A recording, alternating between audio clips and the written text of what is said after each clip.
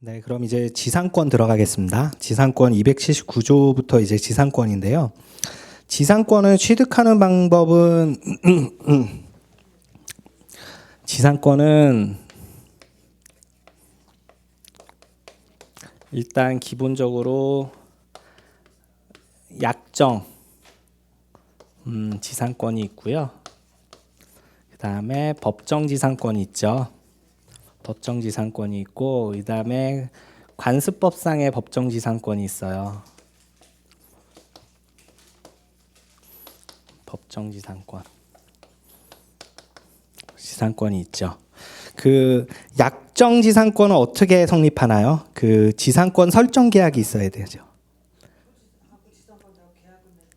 일단은 그 약정 지상권은 성립하는 방법이 지상권 설정 계약을 해야 돼요. 네, 당사자 간에 일단 설정 계약이 있어야 되죠. 설정 계약이 있고 그 다음에 플러스 등기가 있어야 되죠. 근데 법정 지상권, 이제 관습법상의 법정 지상권은 설정 계약도 필요 없고 등기도 필요 없어요. 그쵸? 이거는 법률의 규정에 의해서 생기는 게 법정지상권이고, 그 다음에 법률의 규정이 없더라도 관습법상 인정되는 법정지상권이고, 그 차이를 아셔야 될 것 같고요. 이제 그거를 공부를 해보도록 하겠습니다. 지상권이 뭔가요? 일단 279조를 보면 지상권은 타인의 토지에 건물, 기타, 공작물이나 수목을 소유하기 위하여 그 토지를 사용하는 권리잖아요. 그렇죠? 기본적으로 지상권은 타물권입니다. 그래서 타인의 토지에 대해서만 성립하기 때문에 라는 부분이고요. 그냥 자기 토지를 위해서는 그 지상권이 성립할 수가 없죠. 타인 토지. 예, 그래서 타물권이다라는 부분을 체크하셔야 되고요. 그 다음에 지상권 대상 토지는 일필의 토지 전부 일부라도 상관없습니다. 이게 일물 일권주의의 예외입니다. 지상권.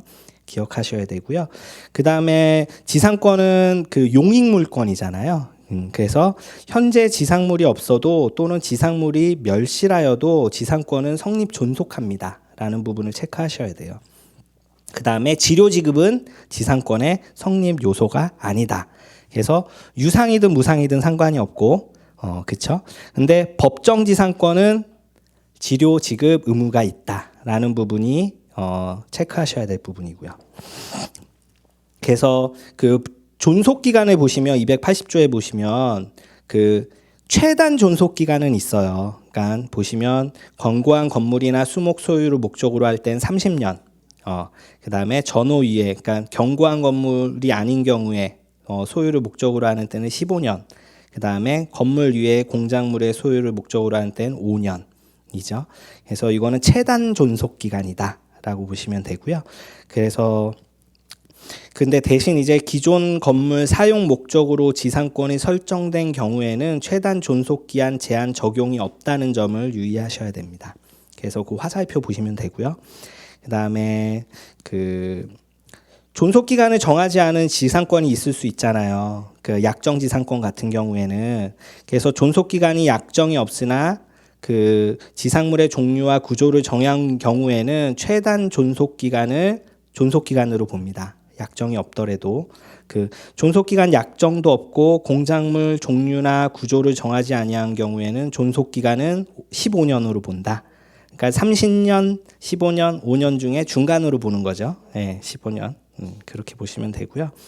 그 다음에 그 지상권 그 양도 임대 282조를 볼게요. 지상권자는 타인에게 그 권리를 양도하거나 그 권리의 존속 기간 내에서 그 토지를 임대할 수 있다. 그래서 처분금지 특약은 무효다. 라는 게 강행 규정입니다. 빨간색으로 표시돼 있죠. 그걸 체크해서 보셔야 돼요.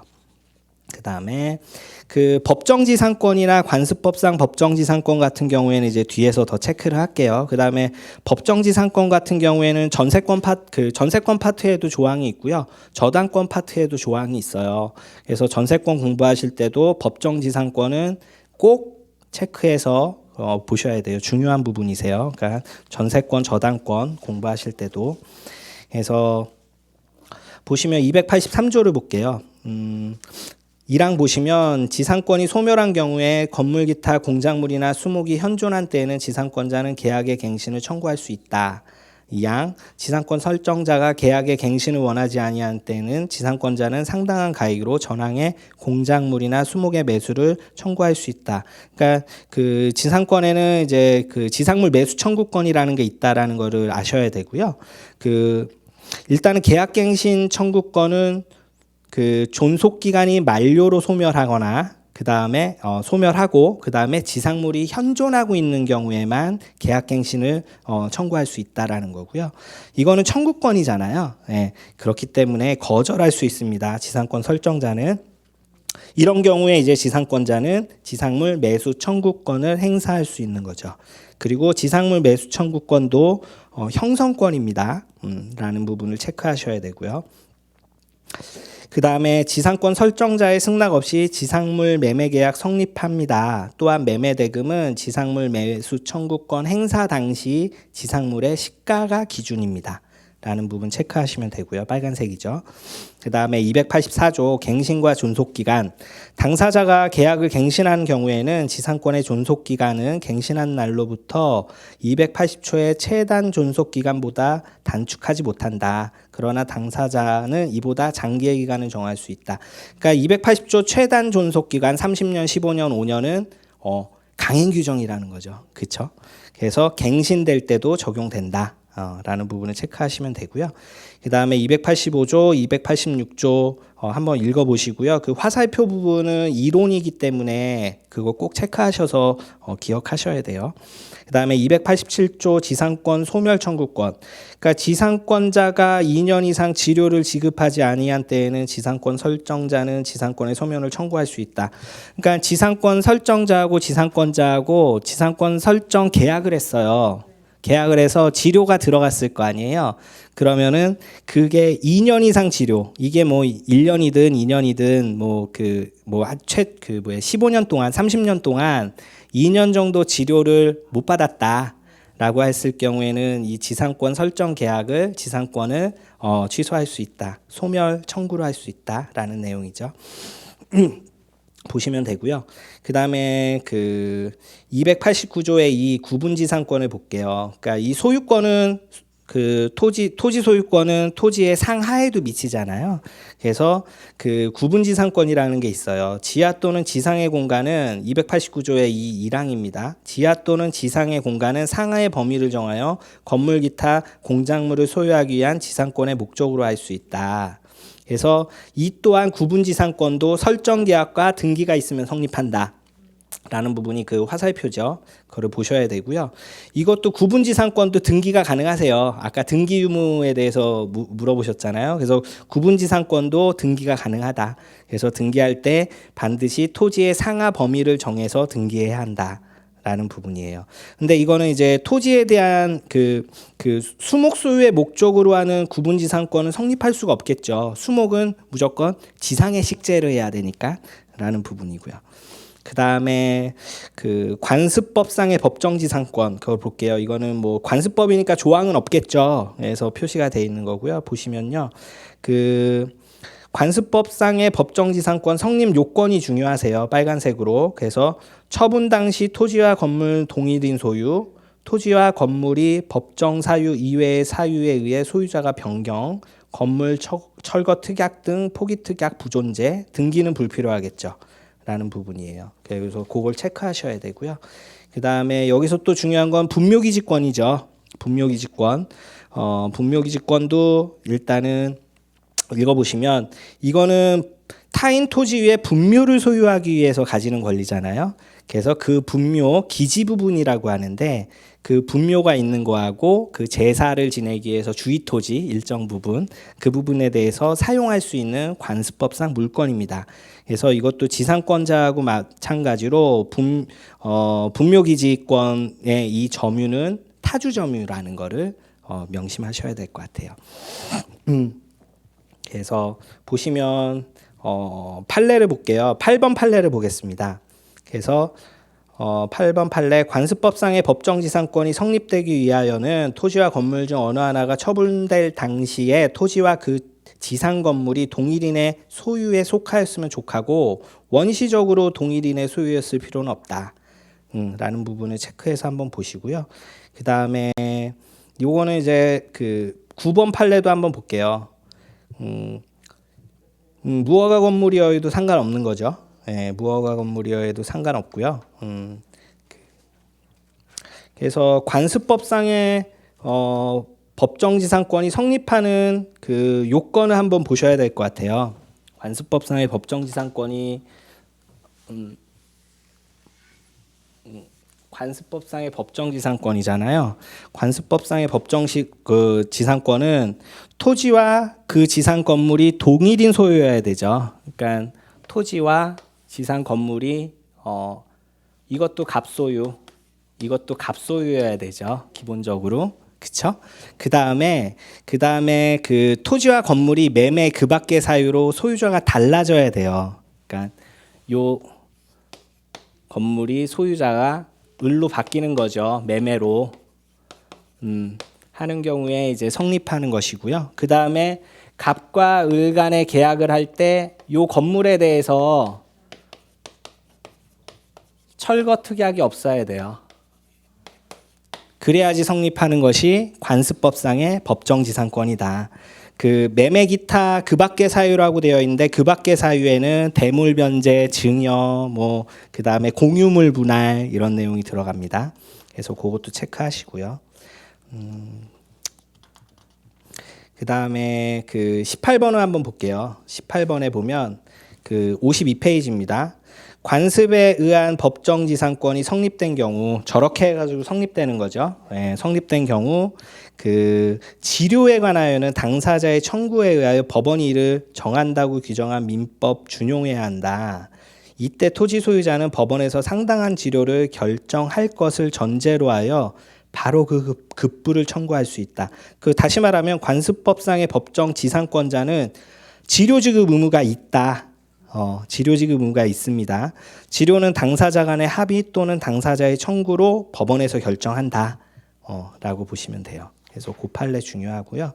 그 다음에 53번에 21번, 22번, 24번, 25번, 26번, 27번 요거는 이제 분묘기지권 관련한 판례인데 요거는 다 중요합니다. 그래서 요거는 꼭 보셔야 되고요. 27번만 한번 읽어보겠습니다. 지상권에 있어서 지료의 지급은 그 요소가 아니잖아요. 그렇죠? 지료 지급은 지상권의 성립 요건이 아닙니다. 그래서 지료에 관한 약정이 없는 이상 그 지료 지급을 구할 수 없는 점에 비추어 보면 분묘기지권을 시효 취득하는 경우에도 지료를 지급할 필요가 없다. 그러니까 무상의 분묘기지권을 취득한다. 시효 취득한다라는 부분을 체크를 하셔야 될 것 같아요. 나머지 판례도 꼭 확인해 보셔야 됩니다. 그 다음에 이제 지역권으로 넘어갈게요. 지역권 291조고요. 지역권도 용익물권이죠. 그래서 요거는 용어에 대해서 좀 잘 암기를 하셔야 될 것 같아요. 요역지라는 그 다음에 승역지라는 단어가 나오죠. 요역지는 이제 편익을 받는 토지고 승역지는 이제 편익을 제공하는 토지라는 것을 일단 암기를 하셔야 되고요. 그래서 지역권 내용을 한번 보겠습니다. 291조 지역권자는 일정한 목적을 위하여 타인의 토지를 자기 토지의 편익에 이용할 권리가 있다. 이게 지역권이죠. 그래서 화살표 밑에 내용 보시면 그 지역권 네 번째 화살표 지역권은 요역지의 편익을 위해 승역지를 이용하는 물건이다. 그래서 승역지 위에 성립하는 것입니다. 그래서 지역권의 대상, 그 지역권 객체는 승역지이다. 요역지가 아니고 라는 부분을 암기를 하셔야 되고요. 그 다음에 일필 토지 일부를 위해서는 지역권 성립이 불가하지만 일필 토지 일부 위에 지역권 성립은 가능하다. 라는 부분도 꼭 중요한 부분이시고요. 그 다음에 이게 토지의 편익을 위한 것이지 사람의 편익을 위한 건 아니잖아요. 그래서 사람의 편익을 위해서는 지역권이 성립이 불가능하다라는 부분입니다. 그 다음에 지상권에도 지료가 성립 요건이 아니었잖아요. 지역권도 마찬가지로 지료 지급이 성립 요건이 아니다라는 부분을 아셔야 되고요. 그 다음에 이거는 그 존속기간에 대한 명문 규정이 없어요. 지역권은 언제까지라고 한다라는 존속기간의 내용은 없기 때문에 이제 판례상 그 영구적인 지역권 성립도 설정도 가능합니다. 그다음에 그 292조 부종성을 볼게요. 지역권은 요역지 소유권에 부종하여 이전하며, 그러니까 요역지, 내가 편익을 받는 토지잖아요. 이 토지가. 그러면 이 토지에 그게 뭐 주된 권리라고 봤을 때 밑에 이제 부종성이 있다. 그러니까 따라다닌다라는 얘기예요. 별도로 처분할 수 없다라는 얘기죠. 그래서 지역권은 요역지 소유권에 부종하여 이전하며 또는 요역지에 대한 소유권 이외의 권리의 목적이 된다. 그러나 다른 약정이 있을 때는 그 약정에 의한다. 이 부종성에 관한 거는 강행 규정이 아니고 임의 규정이라는 내용입니다. 그래서 지역권은 요역지와 분리하여 양도하거나 다른 권리의 목적으로 하지 못한다. 그게 지역권의 부종성입니다. 그 다음에 지역권도 시효 취득이 가능합니다. 294조 보면 지역권은 그 계속되고 표현된 것에 한하여 그 시효 취득을 할 수가 있습니다. 그 부분은 보시면 되고요. 그 다음에 취득 시효를 이유로 지역권을 취득하려면 이것도 마찬가지로 등기를 해야 합니다. 예, 이 부분도 체크 포인트입니다. 그 다음에 295조를 볼게요. 1항 공유자의 1인이 지역권을 취득한 데는 다른 공유자도 이를 취득한다 라고 되어 있죠. 그러니까 이거는 승역지 공유자가 아니고 요역지 공유자를 말하는 거죠. 지역권을 취득한, 그렇게 보시면 되고요. 그 다음에 2항 점유로 인한 지역권 취득기간의 중단은 지역권을 행사하는 모든 공유자에 대한 사유가 아니면 그 효력이 없다라는 부분도 기억하셔야 될 것 같고요.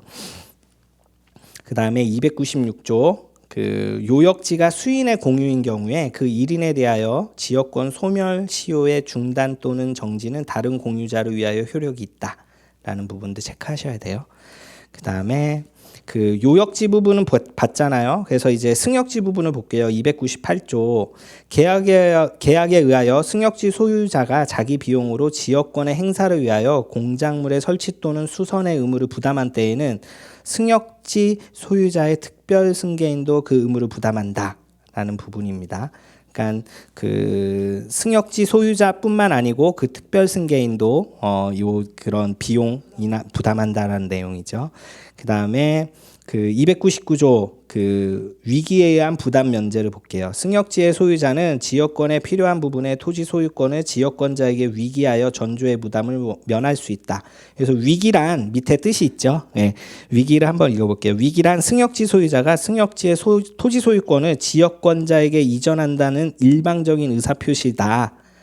위기란 일방적인 의사표시예요. 그래서 그 토지 소유권 내가 너무 이게 요역지를 위해서 내 토지가 너무 편익에 제공하다 보니까 그거에 대해서 내가 너무 불필요하게 느끼다거나 이제 뭐 이거 너무 토지 땅값도 얼마 안 나가는데 머리 아프잖아요. 그러면 그냥 일방적으로 포기하고 그 요역지한테 넘길 수 있다. 요역지 소유자한테 라는 내용이고요. 이것도 물론 의사표시는 그렇게 하더라도 등기해야 효력이 발생합니다. 그래서 위기를 이유로 등기를 격려하면 기존에 있던 요역지 그 승역지 지역권은 그 혼동으로 소멸하게 되어 있죠. 그렇죠? 소유권과 지역권을 동시에 가지니까 그래서 소멸하게 되어 있습니다. 혼동으로. 그다음에 제300조 그 공동사용 볼게요. 승역지의 소유자는 지역권의 행사를 방해하지 아니하는 범위 내에서 공작물을 사용할 수 있습니다. 그러니까 그 승역지 소유자도 요역지에 그 지역권을 위하여 설치된 공작물을 사용할 수 있다라는 내용이고요. 그 다음에 승역지 소유자는 수익 정도의 비율로 공작물의 설치 보존의 비용을 분담하여야 한다라는 부분도 체크하셔야 돼요. 그래서 지역권 관련한 핵심 판례는 많진 않아요. 네, 그래서 요 5개 정도 1, 2, 3, 4, 5번은 체크하셨다가 꼭 읽어보시고 암기하셔야 될 부분이세요. 그 다음에 전세권 파트를 보겠습니다. 전세권은 기본적으로 그 전세금 지급은 성립 요건이 아니에요. 그 부분은 꼭 기억하셔야 될 것 같고요. 중요합니다. 그 다음에 굳이 전세금을 현금으로 내가 받지 않아도 됩니다. 그러니까 기존에 있던 채권으로 그 전세금을 대체할 수 있습니다. 라는 부분이고요. 그래서 그 303조 1항을 보시면 전세권자는 전세금을 지급하고 타인의 부동산이면 이제 토지 건물 되죠. 근데 여기 농경지는 포함이 안 되죠. 그렇죠? 그 부분을 점유하여 그 부동산의 용도에 쫓아 사용 수익하며 그 부동산의 전부에 대하여 후순위 권리자 기타 채권자보다 전세금의 우선 변제를 받을 권리가 있다. 라는 부분이에요. 그러니까 이거는 용익 물권이면서도 담보 물권의 기능을 하고 있는 거죠. 전세권은. 그래서 밑에 그 화살표 보시면 전세권은 물권이다. 그래서 물권적 청구권도 있죠. 그 다음에 용익 물권이다. 그래서 배타적 점유 사용권도 있다. 그 다음에 담보 물권이다. 그래서 경매 신청권, 우선 변제권도 있다. 라는 게 이게 전세권의 특징입니다. 그 다음에 304조 보시겠습니다. 1항 타인의 토지에 있는 건물의 전세권을 설정한 때에는 전세권의 효력은 그 건물의 소유를 목적으로 한 지상권은 임차권에도 미칩니다. 라는 부분이고요. 2항은 그래서 전세권 설정자는 전세권자의 동의 없이 지상권 또는 임차권을 소멸하게 하는 행위를 하지 못한다. 라는 부분을 체크하셔야 돼요. 그 다음에 동의 있으면은 지상권, 임차권 소멸하게 하는 행위를 할 수 있다라는 내용이죠. 그 다음에 중요한 조항이에요. 305조 건물의 전세권과 법정지상권. 그 법정지상권 요 부분 체크하셔야 돼요. 1항 대지와 건물이 동일한 소유자.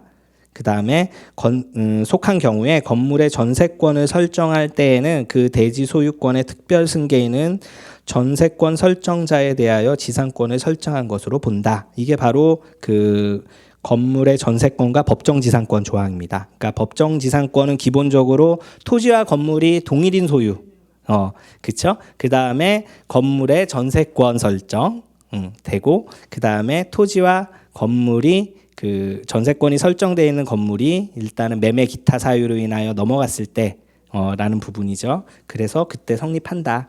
라는 부분이고요. 밑에 화살표 보시면 건물의 소유자인 전세권 설정자는 대지 사용권인 법정지상권을 취득합니다. 그렇죠? 그 다음에 법정지상권 취득한 자가 전세권자가 아니고 전세권 설정자라는 점에 주의하셔야 돼요. 법정지상권을 취득하는 자는 전세권자가 아니고 전세권 설정자라는 점에 주의를 하셔야 됩니다. 그러니까 전세권자는 그냥 용익물권이니까 그냥 사용하는 거고 실질적으로 그 건물에 대한 소유권을 가지고 있는 사람이 법정지상권을 취득한다라는 거죠. 그 다음에 306조 전세권의 양도 임대. 전세권자는 전세권을 타인에게 양도 또는 담보 제공할 수 있죠. 물권인데 당연하죠. 그 존속기간 내에서 그 목적물을 타인에게 전전세 임대할 수 있다. 당연하죠. 그러나 설정 행위로 이를 금지한 때에는 그러하지 아니하다. 그러니까 이것도 임의 규정이라는 거죠. 임의 규정이어서 당사자 간에 이제 그 처분 금지 특약 유효하다라는 부분입니다. 그 다음에 307조 보시고요. 그 다음에 308조 그 전전세 등의 경우의 책임. 전세권의 목적물을 전전세 또는 임대한 경우에는 전세권자는 전전세 또는 임대하지 아니하였으며 면할 수 있는 불가항력으로 인한 손해에 대하여 그 책임을 부담한다라는 부분이세요. 그러니까 전세권 설정자하고 전세권자하고 전세권 계약을 맺었잖아요. 그러면 전세권 설정자는 소유자일 테고 전세권자는 전세권자잖아요. 근데 전세권이라는 게 물건이기 때문에 전전세를 하거나 그다음에 뭐 임대를 할 수 있잖아요. 근데 전전세 임대를 했는데 그 전전세권자나 임차인이죠. 임차인이 그 만약에 사용하다가 불이 났어요. 불이 나서 전소하게 됐다면, 불이 나서 손해를 입었다고 하면 그 건물에 대한 손해에 대해서 전세권 원래 소유자한테 그 손해를 배상해야 된다라는 내용이죠. 그 다음에 309조 전세권자는 목적물의 현상을 유지하고 그 통상의 관리에 속한 수산을 하여야 한다. 이게 임차권하고 약간 틀린 부분이죠. 뒤에서 배우는 부분인데 목적물의 현상 유지 통상 관리에 속한 수선 의무는 전세권자한테 있죠. 그러니까 뭐 전세 아파트예요. 전세 아파트인데 그 뭐 일반적으로 그 뭐죠? 그 통상 관리 비용은 기본적으로 임차권은 임차인이 부담하지 않고 그 소유자가 부담하잖아요. 근데 전세권은 전세권자가 부담하게 되어 있다라는 부분이고요. 그렇기 때문에 필요비 상환 청구권은 없고 유익비 상환 청구권만 있다라는 부분을 체크하셔야 돼요. 그래서 310조. 그래서 그 유익비에 관하여는, 유익비라는 거는 그 목적물이 좀 더 좋아지는 거잖아요. 개량을 하거나 가치가 올라가거나 그 가액 증가가 현존한 경우에 그 소유자 선택에 쫓아 지출액이나 증가액의 상환을 청구할 수 있습니다. 전세권자는. 이게 유익비 상환 청구권이죠. 예. 그 다음에 전항의 경우에 법원은 소유자의 청구에 의하여 상당한 상환 기간을 허용할 수 있다. 네, 요게 그 전세권의 유익비 상환 청구권입니다. 그 다음에 전세권의 소멸 청구. 전세권자는 전세권 설정 계약 또는 그 목적물의 성질에 의하여 정해진 용법으로 이를 사용 수익하지 아니한 경우 전세권 설정자는 전세권의 소멸을 청구할 수 있다. 그러니까 전세권, 네, 아파트예요. 아파트에 전세권 설정했잖아요. 전세 주고 살고 있잖아요. 그러면은 여기 주거로 활용을 해야 되는데 만약에 거기다가 이제 불법 뭐 도박을 한다거나, 예, 뭐 예전에는 이제 그 성매매 업소로 한다거나 그런 경우에는 전세권 설정자가 전세권자한테 그 기존에 이제 그 사용 수익하는 범위를 넘어섰기 때문에 그 전세권 소멸 청구를 할 수 있다라는 내용이죠. 그렇게 보시면 되고요. 312조 보겠습니다. 전세권 존속 기간은 10년을 넘지 못한다. 이거는 기본적으로 전세권 존속 기간은 10년으로 본다라는 내용입니다. 그래서 당사자 약정 기간이 10년을 넘을 때에는 이를 10년으로 단축합니다. 라는 부분이에요. 그러니까 이거는 최장 존속 기간인 거죠. 그렇죠? 그리고 건물에 대한 전세권의 존속 기간을 1년 미만으로 정할 때는 1년으로 한다. 이양 그렇게 보시면 되고요. 전세권의 설정은 이를 갱신할 수 있다. 그 기간은 갱신한 날로부터 10년을 넘지 못한다. 최장 존속 기간은 10년, 최단 존속 기간은 1년. 이렇게 보시면 되죠. 그리고 보시고요. 그 다음에 화살표 보시면 전세권 법정갱신 할 수 있잖아요. 그러니까 법정갱신은 건물 전세에서만 인정되고 토지 전세에서는 인정이 안 됩니다. 이 경우 존속 기간은 정함이 없는 것으로 봅니다. 라는 부분 화살표 체크하시고요. 그래서 당사자는 언제든지 전세권 소멸 통고가 가능하고 통고받은 후 6월 경과하면 전세권이 소멸하게 되어 있습니다. 그렇게 보시면 되고요. 그래서 313조 전세권 소멸 통고 부분 보셔야 돼요. 지금 전세권의 존속 기간을 약정하지 아니한 때에는 당사자는 언제든지 소멸 통고할 수 있고 통고받은 날로부터 6월이 경과하면 전세권은 소멸한다. 이거 되게 중요한 조항이죠. 그래서 이 부분 체크하시고요. 그 다음에 314조, 315조 읽어보시면 될 것 같고요. 316조 볼게요. 그 원상회복 의무 매수 청구권 제1항 전세권이 그 존속기간의 만료로 인하여 소멸한 때에는 전세권자는 그 목적물을 원상에 회복하여야 하며 그 목적물에 부속시킨 물건을 수거할 수 있다. 라는 부분이죠. 그러니까 전세권자는 그 기본적으로 원상회복 의무를 부담합니다.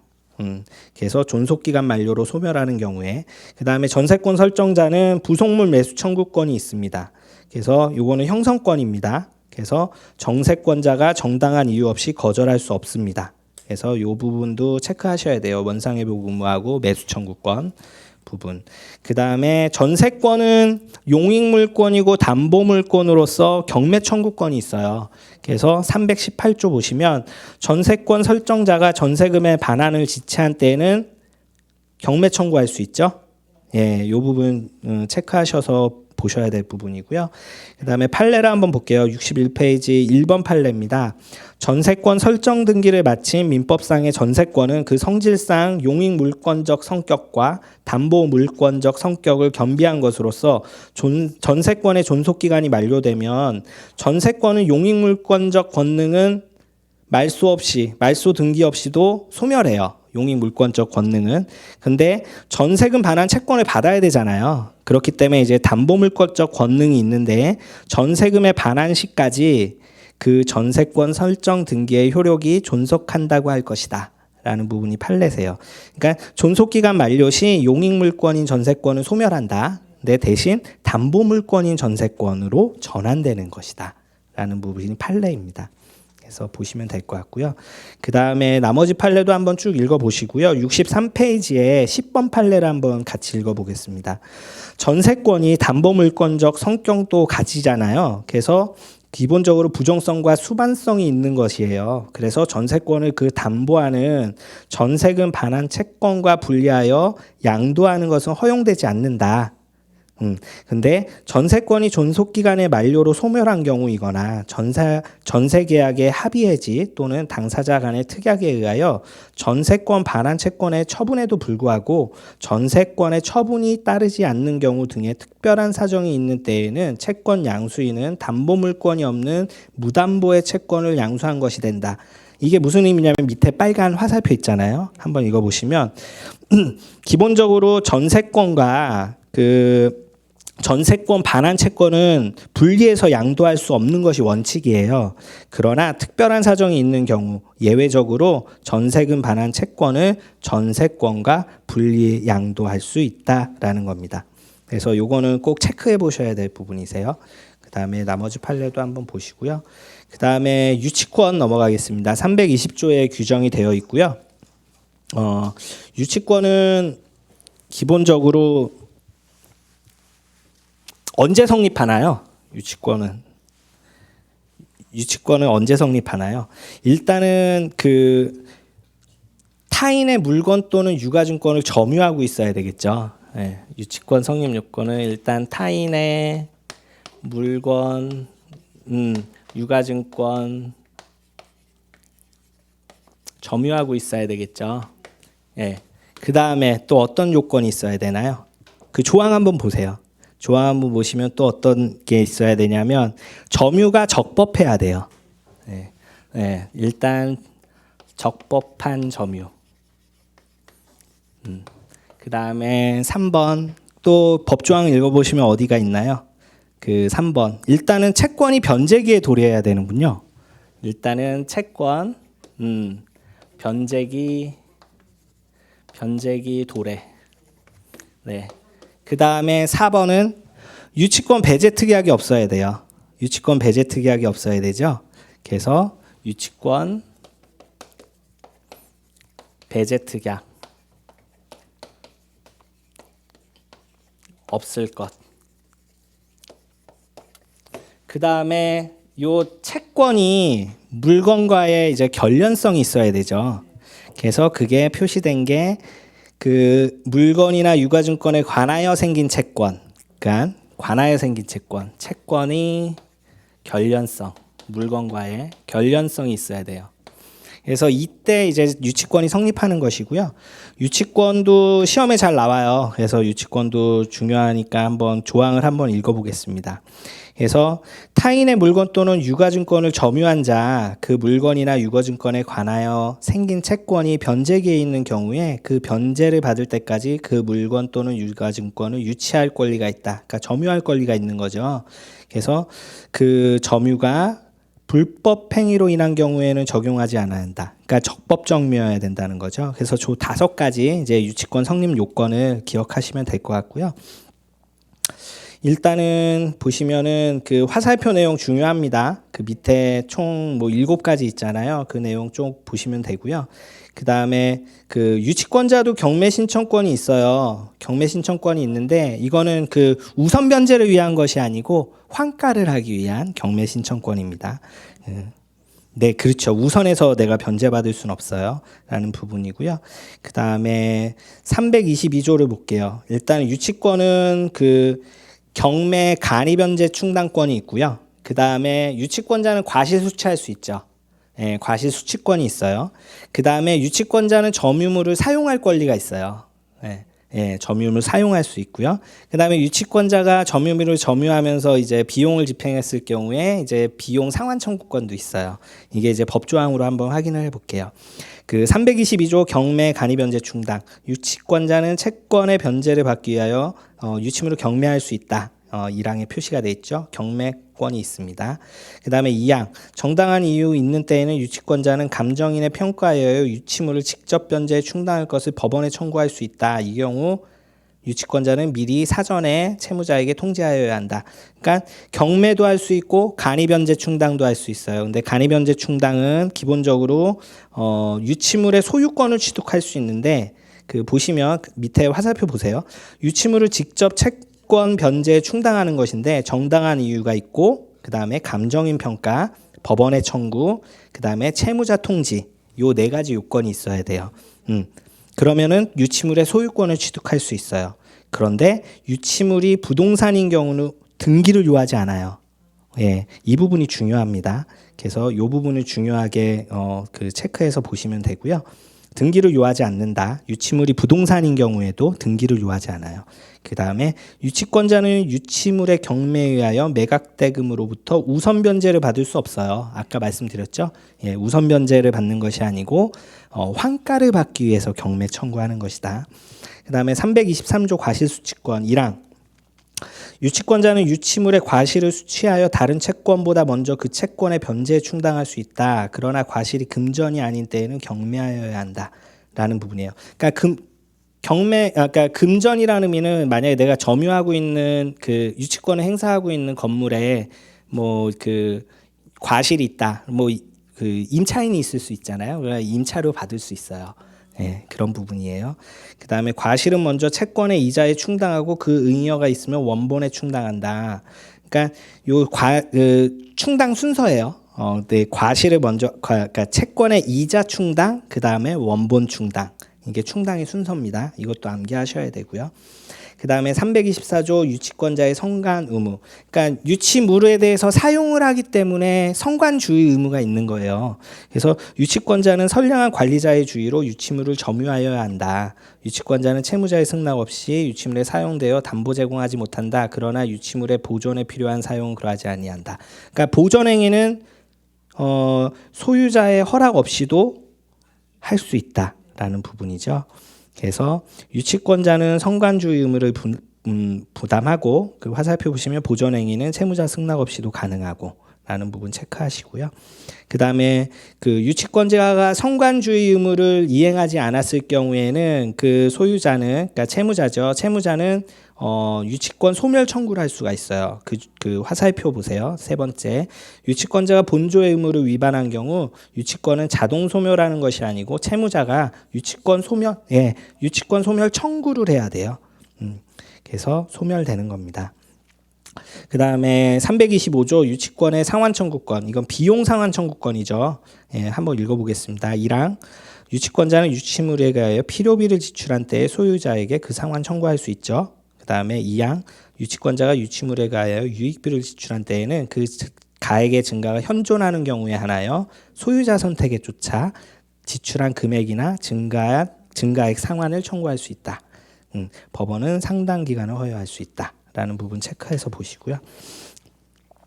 그 다음에 유치권은 성립을 했어요. 그러면 언제 이게 소멸할까요? 라는 조항이 이제 328조에 있잖아요. 이 부분 한번 체크해서 보셔야 돼요.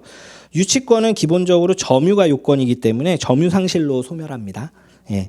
그래서 점유는 유치권의 성립 요건, 존속 요건이에요. 성립 요건이자 존속 요건. 그래서 점유를 상실하면 유치권 소멸. 점유는 직접 점유, 간접 점유 불문합니다. 그 다음에 유치물 점유가 제3자에 침탈된 경우 유치권자는 점유물 반환 청구권을 행사하여 점유를 회수하면 유치권은 소멸하지 않았던 것으로 됩니다. 라는 부분 체크해서 보시면 되고요. 유치권 관련한 판례를 볼게요. 일단 2번 보겠습니다. 67페이지. 주택 건물에 신축 공사를 한 수급인이 그 건물을 점유하고 있고 또 그 건물에 관하여 생긴 공사금 채권이 있다면 수급인은 그 채권을 변제받을 때까지 건물을 유치할 권리가 있다. 네, 당연히 채권을 변제받을 때까지 유치하는 것이죠. 라는 부분이고요. 그 다음에 6번 판례 볼게요. 그러니까 임대차 보증금 반환 채권이나 같은 경우에는 채권이 건물과의 결련성이 없잖아요. 그렇기 때문에 유치권 행사할 수 있는 채권이 아니라라는 판례예요. 6번 판례 보시고요. 그 다음에 7번 판례도 한번 보실게요. 권리금 반환 청구권 같은 경우에도 건물에 관하여 생긴 채권이 아니잖아요. 그렇기 때문에 채권 결련성이 없어서 그 건물에 대해서 유치권을 행사할 수 없다. 그러니까 이게 채권을 가지고 있는데 이게 어떤 채권이 결련성이 있고 없고 유치권을 행사할 수 있고 없고를 판례로 확인하셔야 돼요. 그래서 이게 다 그런 판례고요. 9번 판례 보면 건축자재 대금 채권도 건물에 관하여 생긴 채권이라 할 수 없기 때문에 유치권 행사할 수 없죠. 예, 그렇죠. 그래서 아까 2번 판례에서 본 것처럼 이제 수급인, 그러니까 공사 수급인에 대한 이제 공사대금 채권 이런 거는 이제 유치권 행사할 수 있는 채권이지만 건축 자재대금 채권은 아니다라는 부분을 체크하셔야 돼요. 그다음에 10번 볼게요. 유치권의 성립 요건이자 존속 요건인 점유, 직접 점유, 간접 점유 상관없다고 그랬죠. 근데 그 직접 점유자가 채무자인 경우에는 유치권의 요건으로서의 점유에 해당하지 않는다. 그러니까 채무자가 직접 점유를 하고 있어요. 그러면은 유치권 성립되는 점유가 아니라는 거죠. 간접 점유지만 라는 부분이에요. 그래서 이거는 체크해서 보시고요. 13번 물건의 인도를 청구하는 소송에 있어서 피고의 유치권 항변이 인용되는 경우에는 그 물건에 가하여 생긴 채권의 변제와 상환으로 그 인도를 명하여야 한다. 그러니까 법원은 만약에 이런 경우에 상환 이행 판결을 내리게 되어 있어요. 그러니까 너는 상환하고 너는 점유를 넘겨주고, 예, 그렇죠? 그렇게 보시면 되고요. 14번 판례 유치권자의 점유에 있는 유치물의 소유자가 변동하더라도 유치권자의 점유는 유치물에 대한 보존 행위로서 하는 것이 적법하고 소유자 변동된 후 유치권자가 유치물에 관하여 새로이 유익비를 지급하여 그 가액의 증가가 현존하는 경우 유익비에 대하여도 유치권을 행사할 수 있다. 그래서 밑에 보시면 빨간색으로 유치권자가 유치권 행사 중에 유치물에 비용을 투입한 경우 새로 발생한 채권에 의한 유치권도 성립한다 라는 부분이에요. 그러니까 이게 물건의 그 건물에 대하여 일단 결련성이 있는 거잖아요. 관리하는 데 들어간 비용이기 때문에 그래서 그 부분에 대해서도 유치권이 성립한다는 판례입니다. 기존에 있는 유치권에 그 부합 들어가는 것이 아니고 별도의 유치권이 독립된 유치권을 성립할 수 있다라는 부분이고요. 일단 저당권 그다음 71페이지 한번 보겠습니다. 저당권 그 저당권은 이제 담보물권이죠. 예, 그렇죠.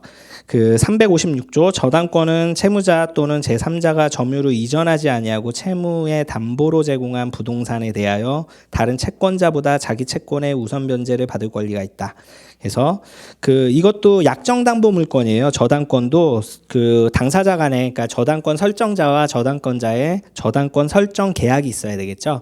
그래서 저당권 설정 계약 플러스 등기 해야지 성립하는 약정 담보 물권이다. 그래서 이거는 점유를 하지 않아요. 목적물을 점유하지 않잖아요. 기본적으로 저당권은 그래서 유치적 효력은 불인정돼요. 라는 부분이고 저당권도 기본적으로 타물권이죠. 소유의 의사로 하는 게 아니죠. 예, 타물권이고 자기 소유 부동산에는 그래서 불성립합니다. 예. 그다음에 혼동의 예외로서 자기 소유 부동산에 대해서는 저당권은 성립할 수 있다라는 부분을 체크하셔야 되고요. 저당권은 반드시 등기 등록에 의해 공시해야 합니다. 공시의 원칙 중요하죠. 공시할 수 없는 물건에는 저당권 성립이 불가합니다. 그러니까 부동산에는 저당권이 있지만 동산에는 저당권이 없죠. 그래서 동산에는 질권이 있어요. 우리 시험 범위에 들어가진 않지만 저당권의 순위는 등기의 선후에 따른다. 등기이기 때문에 당연히 그 순위가 있잖아요. 1번, 2번, 3번 선후에 따르고 선순위 저당권이 소멸하며 후순위 저당권이 선순위로 승진함. 순위 승진의 원칙. 그러니까 내가 1번 저당권이 있고 2번 저당권이 있는데 1번 저당권이 말소가 됐어요. 예. 네, 그러면 당연히 2번이 1번이 되는 거죠. 라는 부분이고요. 근저당 357조 1항 저당권은 그 담보할 채권의 최고액만을 정하고 채권 최고액이죠. 채무의 확정을 장래에 보류하여 이를 설정할 수 있어요. 그러니까 금액을 확정하지 않더라도 채권 최고액만으로 그 설정할 수 있는 거죠. 근저당이. 그래서 이 경우는 그 확정될 때까지의 채무의 소멸 또는 이전은 저당권에 영향을 미치지 아니한다. 그러니까 그 2항 또 보실게요. 그 전항의 경우에 채무의 이자는 최고액 중에 산입한 것으로 본다. 그러니까 채권 채무액이 들어가잖아요. 여기는 원금만 들어가는 게 아니고 이자까지 다 담보된다는 내용이죠. 그렇죠? 보시면 돼요. 그래서 근저당이 언제 하느냐, 언제 성립할 수 있느냐, 계속적 거래 관계에서 기본적으로 발생을 하고 소멸을 해요. 그래서 장래의 불특정 채권 라는 것을 담보하기 위한 것이기 때문에 그렇고요. 그 다음에 우선 변제 받을 수 있는데 이거를 그 한도액을 채권 최고액이라고 해서 등기를 하게 되어 있습니다. 근저당은 특정 채권 담보하는 것이 아니고 불특정 채권을 담보하는 거예요. 그러니까 그 금액의 상한만 정해놨지 그 얼마인지 확정은 안 돼 있죠. 그래서 특정이 아니고 불특정이다라는 내용이고요. 근저당권도 저당권과 동일하게 근저당권 설정계약 플러스 등기가 있어야 성립한다. 그 다음에 근저당권 설정계약 체결 시 채권 최고액과 피담보 채권의 범위 결정 기준을 정해야 된다. 그러니까 이게 언제 어떻게 해서 결정되는지를 정해야 된다는 거죠. 그 범위를. 예. 그리고 피담보 채권을 발생시키는 법률행위, 즉 이제 기본 계약 관계를 정해야 돼요. 근저당권 설정 계약 체결 시에. 그러니까 그 부분을 체크하셔야 되고요. 존속 기간은 임의적 등기 사항이에요. 이거는 근저당권을 설정하는데 존속 기간은 임의적이다. 그러니까 존속 기간은 등기를 해도 되고 안 해도 된다라는 부분이에요. 그러니까 이게 반드시 존속기간 등기를 해야 된다라고 하면 틀린 거겠죠. 그다음에 358조 저당권의 효력은 저당 부동산에 부합된 물건과 종물에 미친다. 그러니까 저당물에 대해서 종물 그다음에 부합된 물건에도 저당권의 효력이 다 미친다라는 부분이에요. 그다음에 저당권 설정 전후를 불문하고 부합물, 종물의 효력에 미치게 되어 있습니다. 그러니까 설정 이후만 아니고 설정 전에 종물, 부합물에도 미치게 되어 있죠. 그 다음에 359조 과실 볼게요. 저당권의 효력은 저당 부동산에 대한 압류가 있은 후에 그 저당권 설정자가 그 부동산으로부터 수취한 과실, 수취할 수 있는 과실에도 미쳐요. 그러니까 부합된 물건과 종물에도 미치고 과실에도 미치는 거죠. 예. 그 다음에 그러나 저당권자가 그 부동산에 대한 소유권, 지상권 또는 전세권을 취득한 제3자에 대하여는 압류한 사실을 통지한 후가 아니면 이로써 대항하지 못한다. 그러니까 그 원칙이 있어요. 원칙 보시죠. 화살표. 저당 목적물에 대한 사용 수익권은 저당권 설정자에게 있잖아요. 그렇죠? 저당권자한테 있는 것이 아니고. 그래서 과실에 대해서는 저당권에 효력이 미치지 않아요. 원래는. 그런데 예외적으로 이제 과실에 대한 수취권이 있는데 그게 이제 저당 부동산에 대한 압류 후 저당권 설정자가 그 부동산으로부터 수취한 과실 또는 수취할 수 있는 과실에 대해서도 미치게 되는 거죠. 그래서 저당 부동산에 대한 압류가 있은 후라는 게 중요하죠. 과실 수취권은 그렇게 꼭 보셔야 되고요.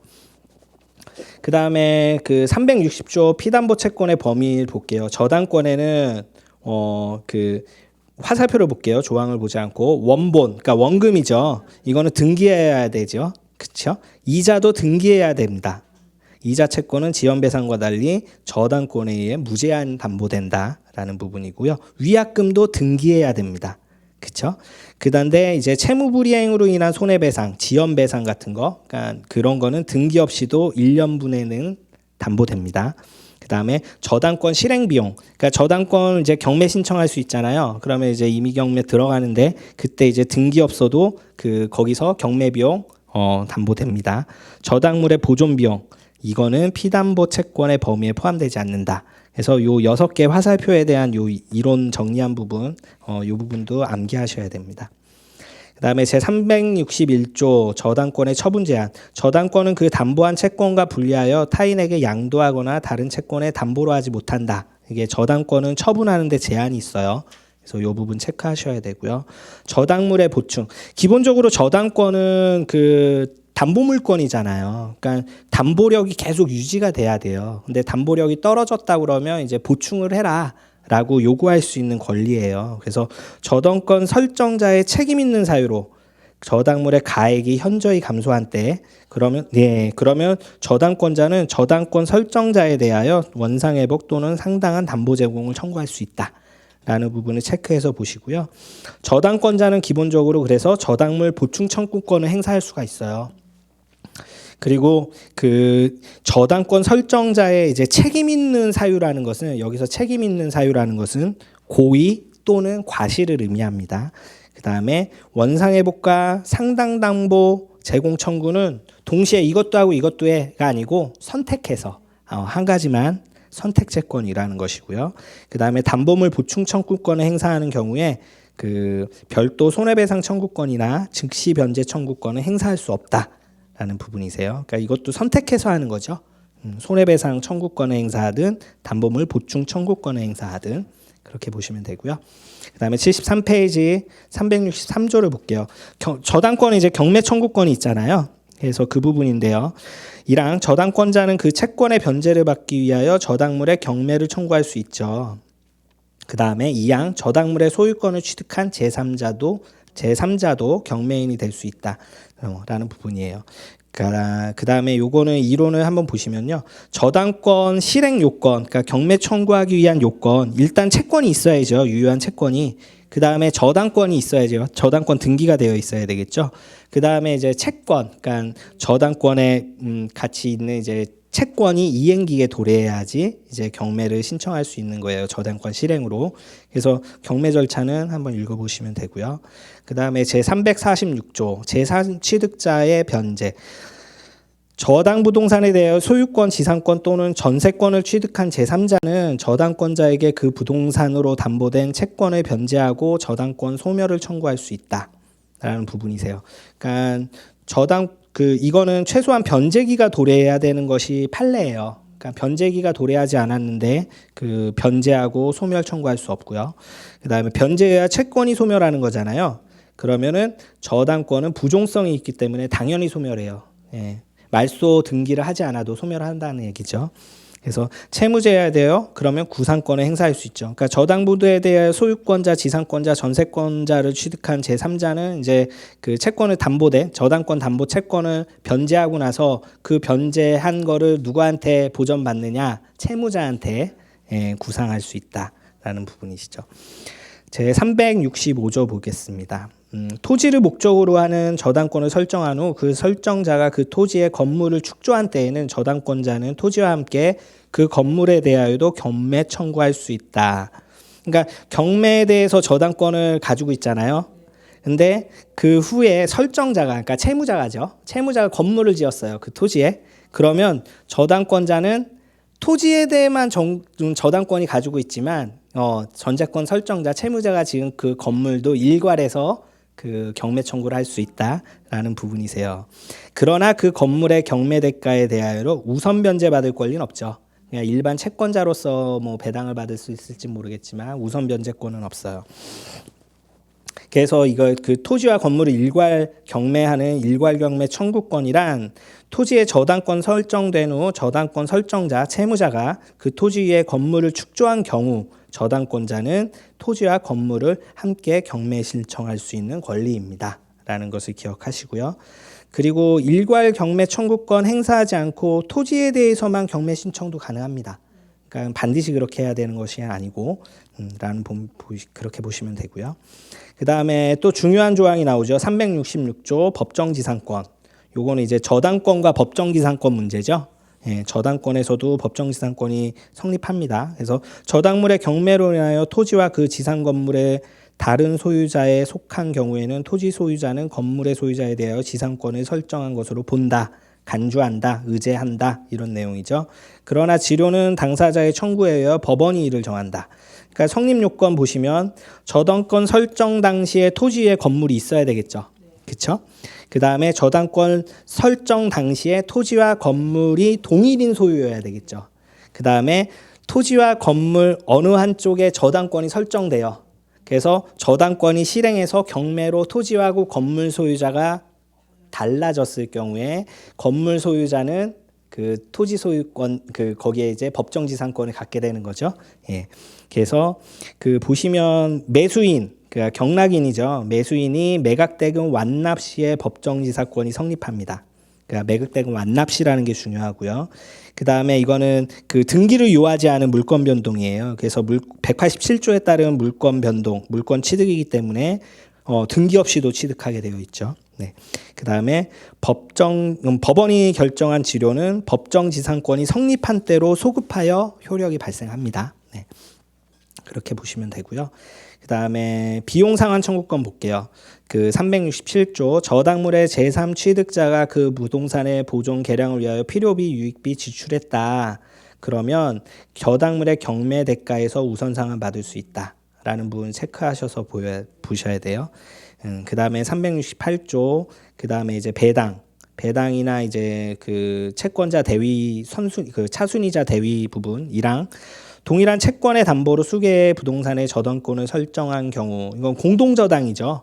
예, 한 개의 채권 그걸 담보하기 위해서 여러 부동산의 그 저당권을 설정한 경우 공동저당 그 부동산의 경매대가를 동시에 배당하는 때에는 각 부동산의 경매대가에 비례하여 그 채권의 분담을 정한다.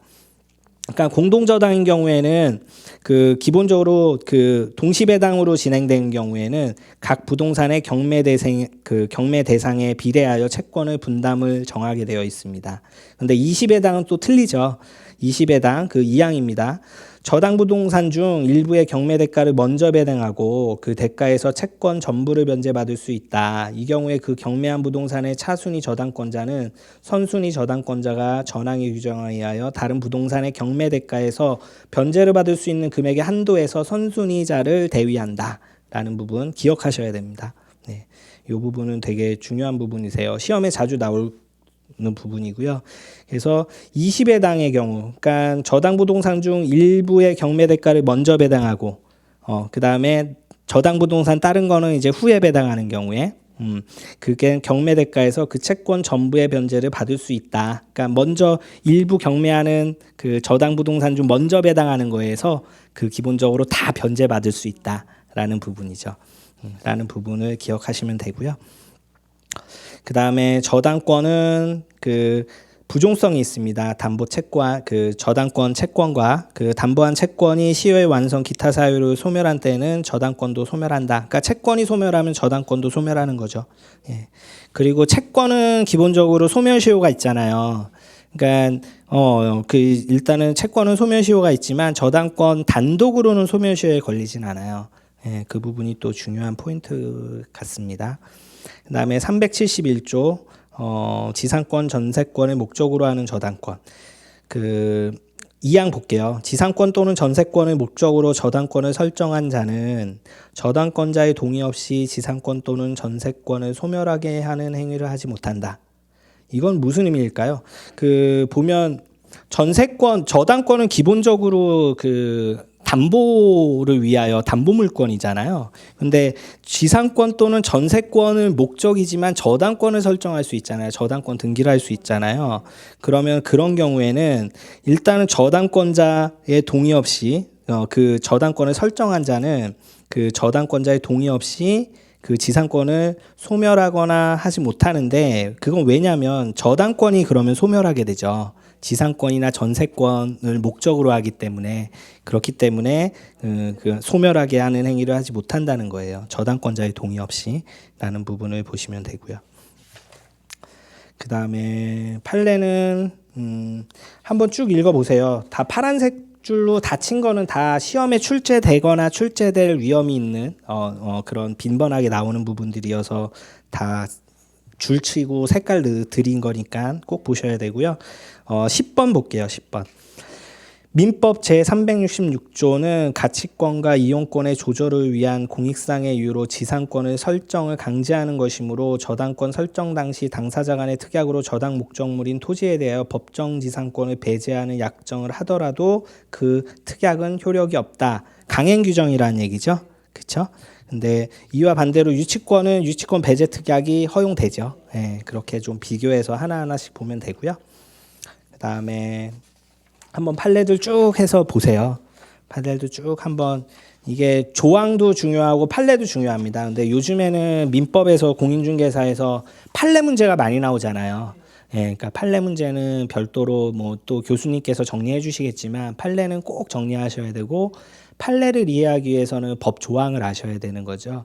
그래서 별도로 이게 조항하고 또 판례를 묶어놓은 책이나 교재 이런 건 없어요. 시중에. 그래서 특별히 만든 자료이기 때문에 요 정리해서 보시면은 도움이 되실 것 같고요. 이로써 이제 물권법 파트는 이제 간략하게 한번 스킵해서 이렇게 하는 걸로 마무리하고요. 다음에는 이제 채권법, 계약법이죠. 그거를 또 하루 정해서 이렇게 한 2시간 그렇게 말씀드리도록 하겠습니다. 감사합니다. 수고하셨습니다. 네.